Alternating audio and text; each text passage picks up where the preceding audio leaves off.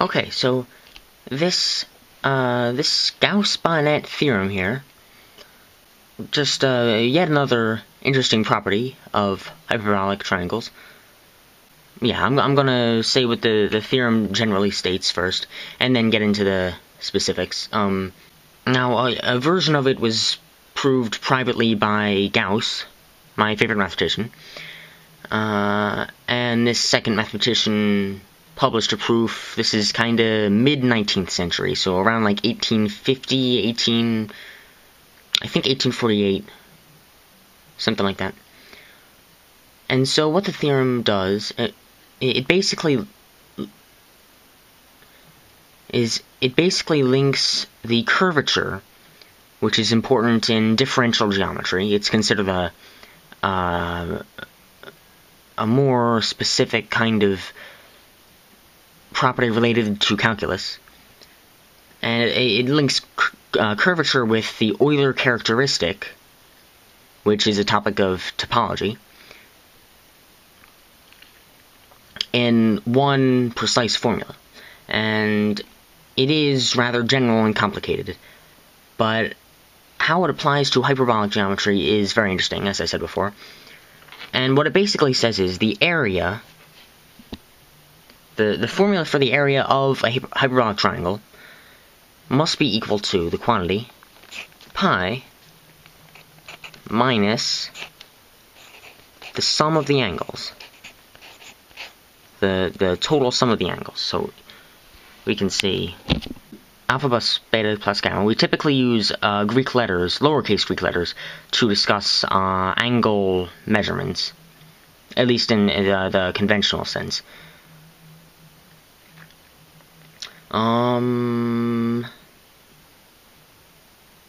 And so we take this whole quantity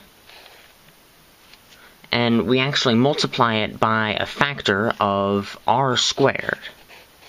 It's actually capital R squared.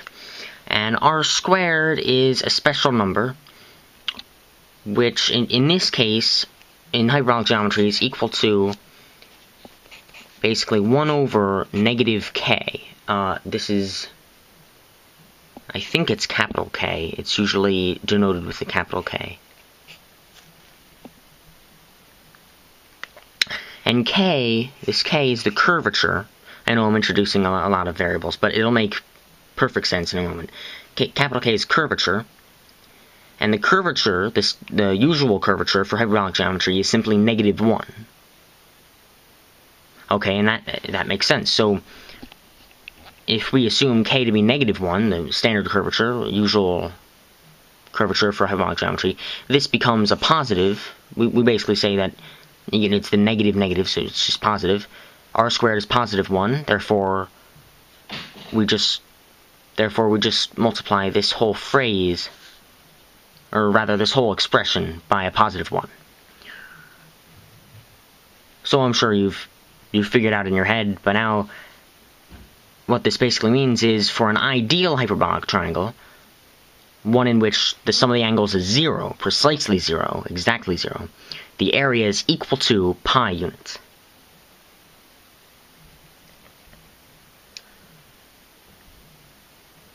And that is really amazing. What this actually means, and let me zoom out.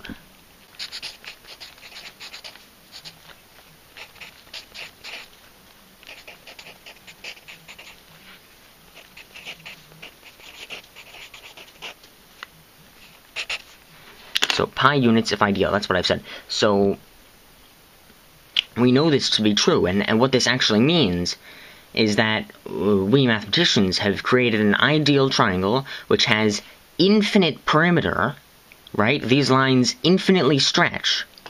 These lines themselves infinitely stretch from one point at infinity to a different point at infinity. So it crosses basically the whole plane, you can say.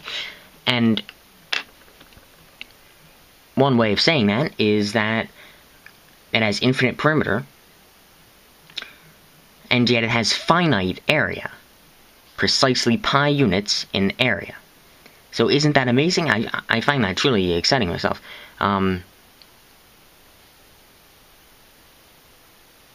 Yeah, I've really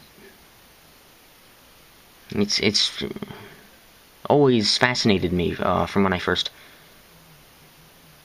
read about it, actually.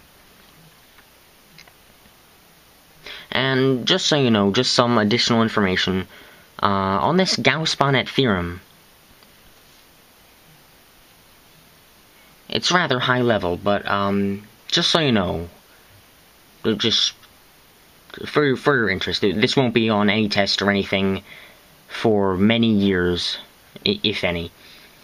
But it's fairly interesting. We basically know from this theorem, as I said, it links the curvature with the Euler characteristic. So the integral over m, this is known as a contour, or I'm sorry, a line integral of capital K dA plus another integral over delta m of k sub g ds equals 2 pi times the characteristic, or as I said before, the Euler characteristic of m. Now, these line integrals are kind of complicated. I don't expect you to recognize them as of yet. They're a kind of a more complicated way of finding surface area, sort of. At least that's how I've seen it used. It's a bit complicated. It is used in higher calculus, and you'll see that. And this is no problem. Don't worry, though. There isn't going to be a test on this. And, now moving on.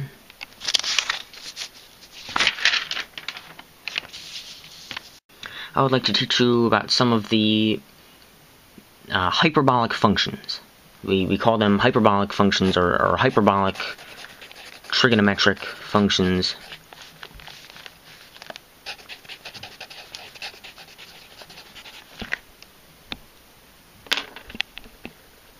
I've heard them called trig hypers or something like that. But yeah, hyperbolic functions, they are very interesting. How I would define them is, well, informally, is to say that they're very important transcendental functions developed in the 1760s. Now, perhaps that's a lot to take in at first, but I will explain what I mean by that. First, transcendental function.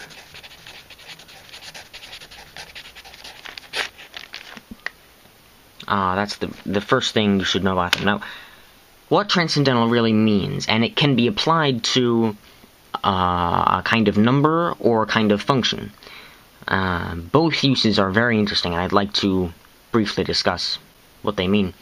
So, transcendental generally means that you cannot write it as a sum, or as a polynomial, basically, as a sum of finite terms of some variable, like x, for example.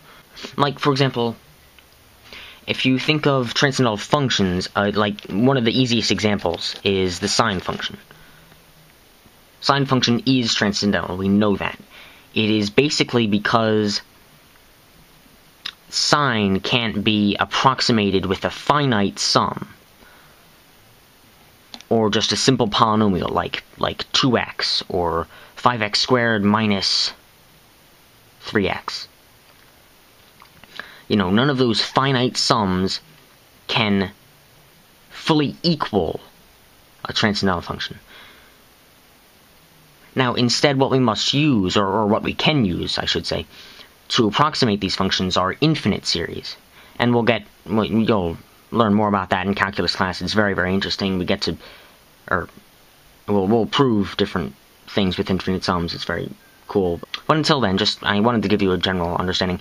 So that's what a transcendental function is. Like, for example, let's see if I can remember. Can I remember the infinite sum for sine of x? There's an expansion for this. Let me get it right. And then I think it's minus x cubed over 3 factorial. That's what it was. And actually, by the way, if you're really interested in more lengthy descriptions of transcendental functions and what we call Maclaurin series, I very much recommend my other videos that I've made. I can link to them in the YouTube version of this video. I describe Maclaurin series for the function e to the x, and sine of x and cosine of x, and how they're related in such a special fashion that it really blows your mind. It's really very interesting. But so I recommend that. But it's plus x to the 5th over 5 factorial, just continuing where I left off. It's minus x to the 7th over 7 factorial, and it keeps going in this fashion, I'm pretty sure. And when I mean in this fashion, I really do mean the pattern that you see. So it's basically, well, we basically see in the denominators the odd numbers factorial. The factorial function's a unique function. You'll learn about it later. It's really as simple as, if we take 5 factorial, it means 1 times 2 times 3 times 4 times 5. So it's the product of all the natural numbers up to and including n, for n factorial. Also, 0 factorial is equal to 1. That's just how it's defined. So that's just what factorial means. So we can express this as an infinite sum. You say sigma from n equals 0 to infinity of f, or nth derivative of n at 0. This is really complicated, but I guess I'll say it anyway.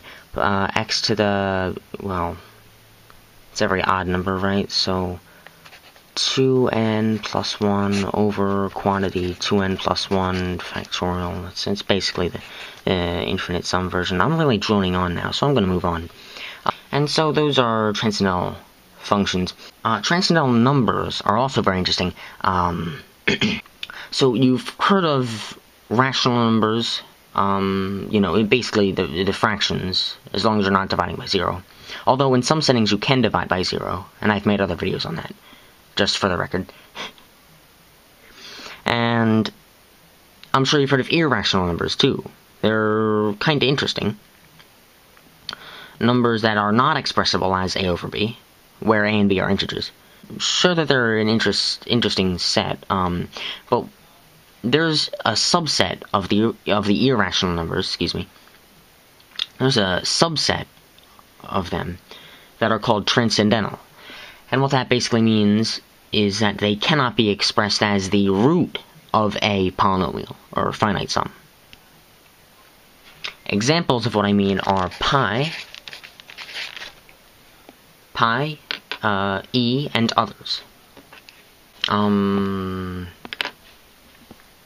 So, for example, we cannot write pi or e as a root of a polynomial. But this doesn't apply for all irrational numbers. For example, phi, which is equal to 1 plus the square root of 5 all over 2.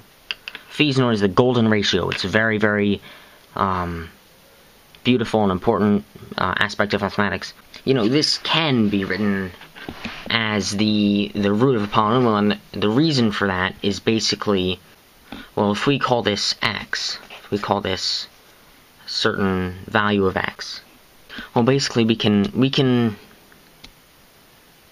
kind of solve this equation, or kind of rearrange it and multiply both sides by 2. So, you know, 2x equals 1 plus root 5. Root 5, therefore, equals 2x minus 1. And then we can say, so if we square both sides, we get this. And then 0, therefore, equals 2x minus 1 squared minus 5. And in fact, we can simplify this. I'm rather sure we can simplify this. And so I'm going to do that. I'm just going to do like a crossfade sort of thing. And so this is, yeah, this is basic algebraic manipulation. So we basically get x squared minus x minus 1.